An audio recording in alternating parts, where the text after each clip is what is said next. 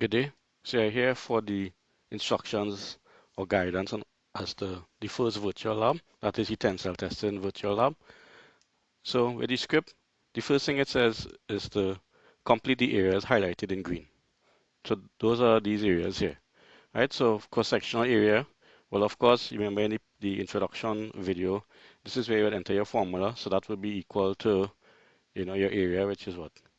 Pi d squared on 4. So you have your diameter over here, so you'd enter that formula there. Next here we have peak load. Now you could go through this here and actually look for the highest load value, but that would take some time, right? So what you could do is you could use something called the max function. That is where you go equal, and you could look up here, you would see it a lot bigger, equal to, right? So it shows up here because I've typed in the function already, but if it's not showing up here, you could click on fx here, insert function, and you could actually type in over here max, hit go, and then you would see here max. So you click on it, OK, and then this window will pop up. So this is where you're filling now where you want to take these max values from.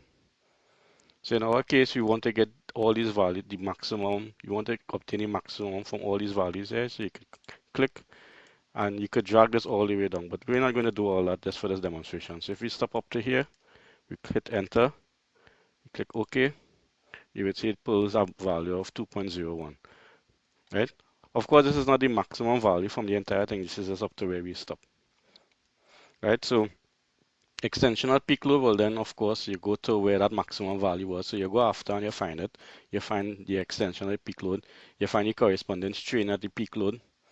Then you got load at onset of break. So the break is at the end, right? So the break would be down to the end, right? So you look for the extension when the specimen actually breaks, which is about 12.37, 12.39 around there, right? So you use your discretion, and then you strain at break, right? So that is how you complete this green portion. Onto this green portion here where you need to calculate stress, where we know that what stress is force over area. So you're putting in your equation for stress equal to whatever this force is, force divided by whatever your area is over here. Right, so you convert the units. In this case, if you have kilonewtons over millimeter squared, then you need to convert it to meter squared over newtons over meter squared, or newtons over millimeter squared. That will give you the already megapascals. So you always keep the units over here in mind. Now keep in mind when you put in your equation, let's say you put equal to this here, the force multiplied by 1,000 divided by your area. Area is 31. Right, so that's Newton over millimeter squared. If you were to drag this down, what this will do, this will drag, just like how each subsequent value takes, you could see there it takes D26, B8, D27, which is what you want here, but you do not want to take B9, right? You want it to remain at B8. So what you do, you put a dollar sign. So dollar sign in front of the B, a dollar sign in front of the 8. And what I will do, that will tell Excel to keep it at that. Right, enter. So when you drag this down now, it will remain, if you notice, D28, and then but the B8 remains the same. So you'll always use the same area for your calculations. For the plotting of the graph, we want to do a XY scatter. Right, so you go on insert, you go on charts, so scatter, so you select the one with towed lines. Right, so you have this chart here. Then you could go on select data up here, and then you could add. Right, so you could select X values. X values in our case is the strain. So you select all these values. And your Y values is, of course, your stress.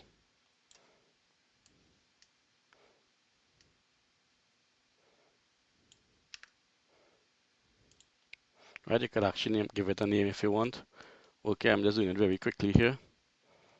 So this will be your stress strain. Now this dot here is at the end after it breaks. So what you could do, you could go back in, select data, in your series, you click edit, and you could actually over here drop off. So it goes to row 398. So you could drop off to 397. So that way it forgets that last point. So see, the point is no longer there. So at this point now, you would go in and you would label your axes, put your title and all that, right? I would like if this could be on a separate sheet, but we will get to that. So the next task, series of tasks, is to obtain elongation at break. Well, the formula was given, right? So you'll be able to put that in here. Ultimate tensile stress. Again, you would use the max value or the max function for this. And then here now we have elastic modulus and yield strength. Elastic modulus is where we now need to find the gradient of the straight line portion of the graph, right? So in order to really capture this, we need to kind of zoom in and see this straight line.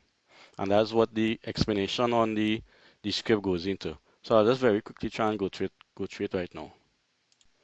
Okay, so for this, we want to make a copy of this chart.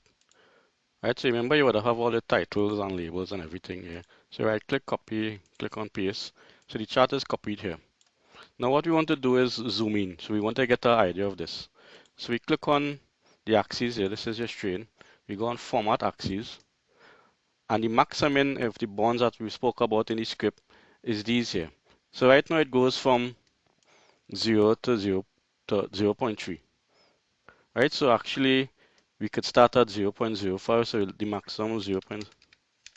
So by doing that, you see we kind of stretch out the graph. But it goes a little even more. So we could keep doing this until we could kind of like get to see. So let's go to 0.0.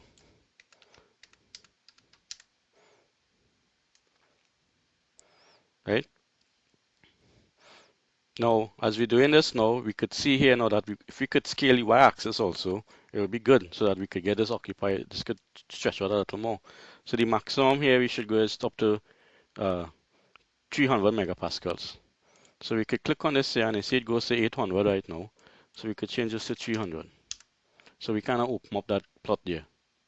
Right now, the graph starts from 0 and goes up and still closer. So we could probably knock off some of these early values here. So you could try 0.0001, for example. Or you could go 0.15. Or we could go 2.0002. So you see, we're trying to approximate to see where the straight line is. Right, so that is giving us an idea here now how this must be done. Goes to 3, so you could see with 0.003, it more or less have a straight line. Right, so we need to kind of now remember now our values here. So the minimum is 0.0003, maximum is 0.002. So what you do, you write down these values. Right, 0.0003. Right, and what you want to do, remember this is just zoomed in. All the values are still being plotted. Right, so if we hit reset here and reset here, we would get back the original plot. Right, so we come back on the UI value, we click reset there, so we get back the original plot. So we need to kind of change the data to only those points. So what we do, okay, so we go into chart design, we're going to select, remember you click on this here, then you're going to select data. Right, so what we want to do is edit. We want to edit that series because remember we had copied this. So we go and edit, and now we could change the X values and Y values. Right, so you could even do the zoom in over here. You could actually come here and do 200, but you have to make the same change here, 200. Click somewhere here and you would see it change there. Right, we could go 1 or 150, 150. Right, we could go 120.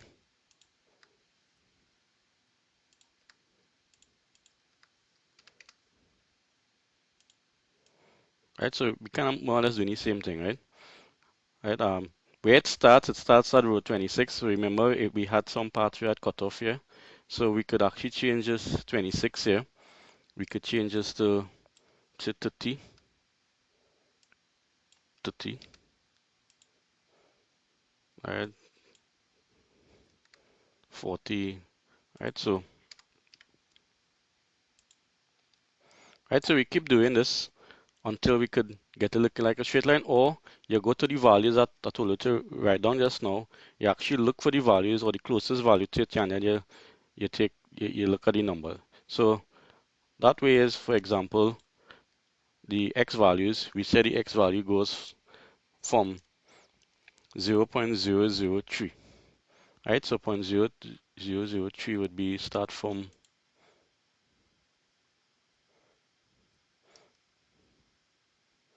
let's just take it from here, and goes all the way up to 0.002.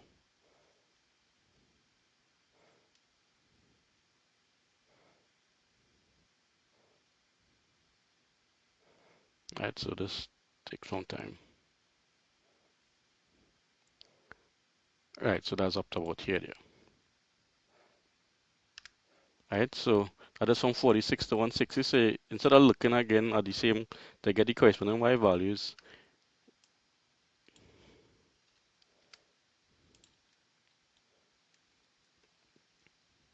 0.0, oh, so it was 0.002. So that's an error on my part. So it was 0.002.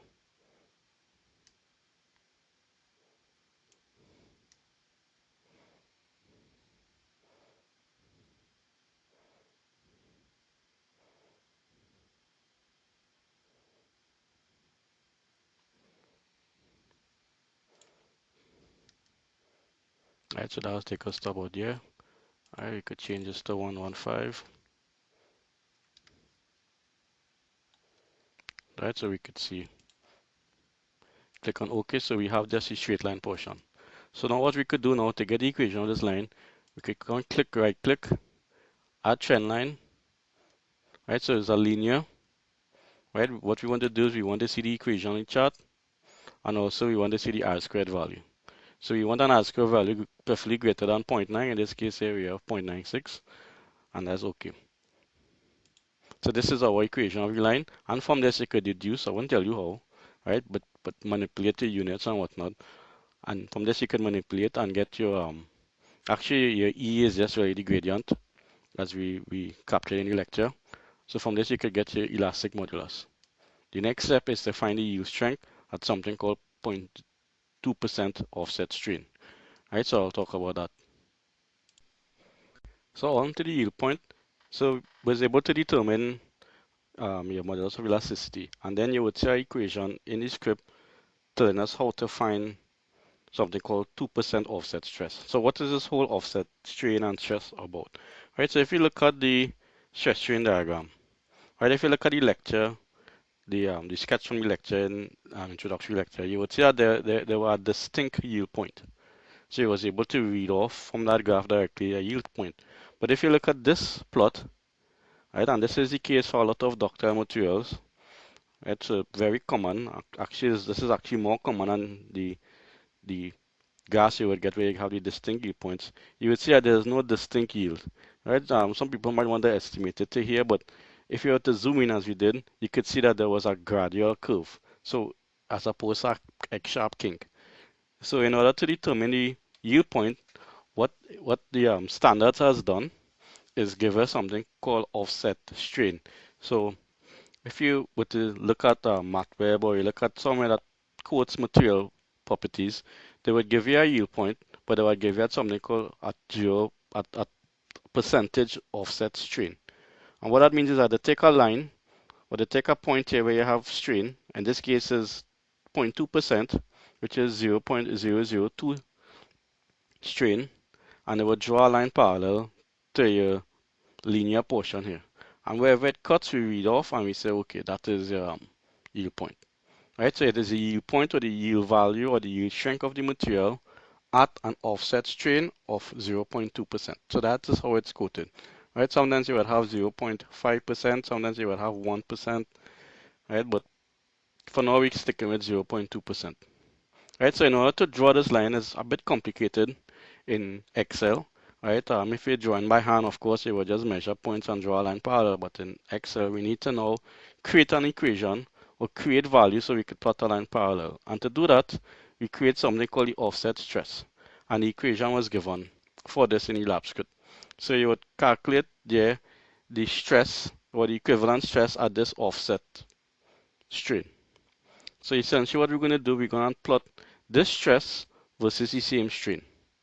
Right, so to do that, we right click again, we could copy, and we come down here and we could just paste our plot again.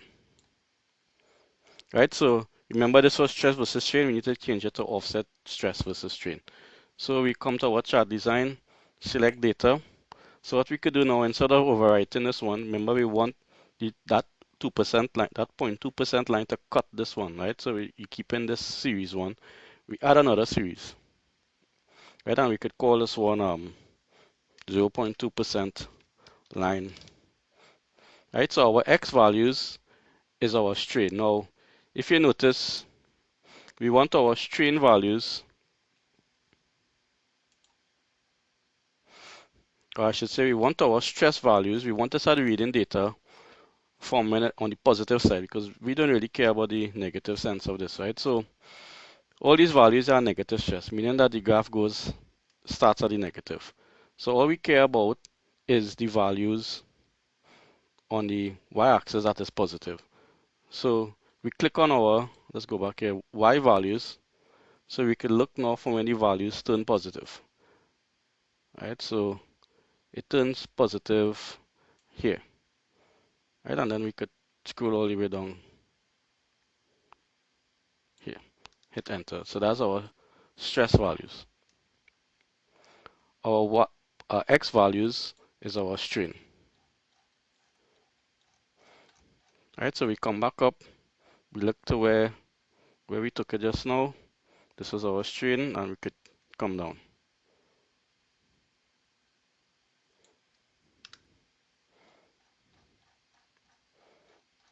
Right, so if you scroll back up, you would see the line here goes way off the chart because this is just some huge values, right? This is our original line, but because of the scaling, it looks flat. Right, so what we could do now, we could start to cut down again. So we don't need the line all up, we just wanted where it intersects. So we could try to zoom in now, and by zooming in your backspace, we could go 200, 200. Right, so it automatically moves the chart. So you could see a little clearer now it cuts. So again, it's too high, so we could go 100, 100.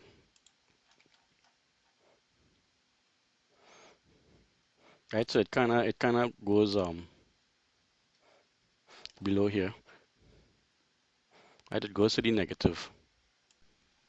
Right, so when you change to 150, is that we could go to 125. Just right,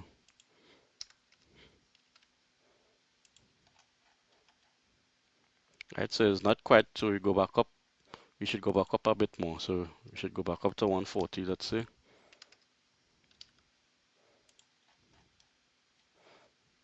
Right, so we could click OK here. Right, so remember again, we're not interested in all this here. So we could come in edit here now, and again bring this back. Right, so we don't need to reach up to 397. We could go up to let's recall in some figures here. Right, so we could pull back even more. Right, or even more than that.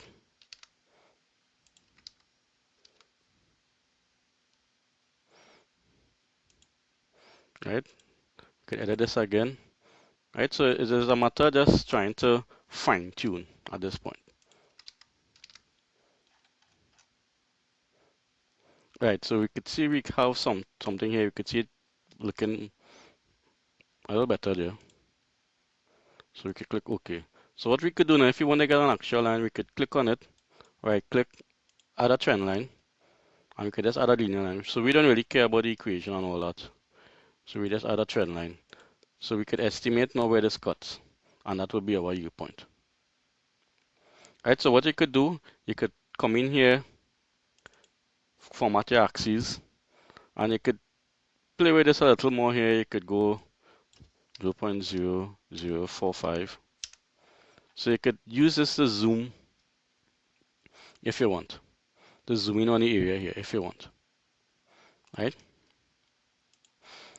Right, so what you could do, and then from by zooming in now, you could actually read off, just eyeball it or read it off. Or you could draw a line, insert shape, line, and just draw a horizontal line. Right? That's one way to do it. Right? You could play with this here, add some more tick marks, add some more values. Minor, you could, this is 20. You could put this as 10.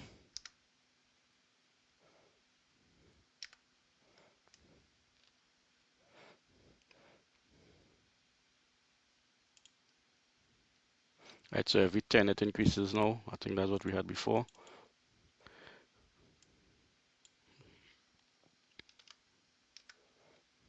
Right, so we get even more lines here. So you could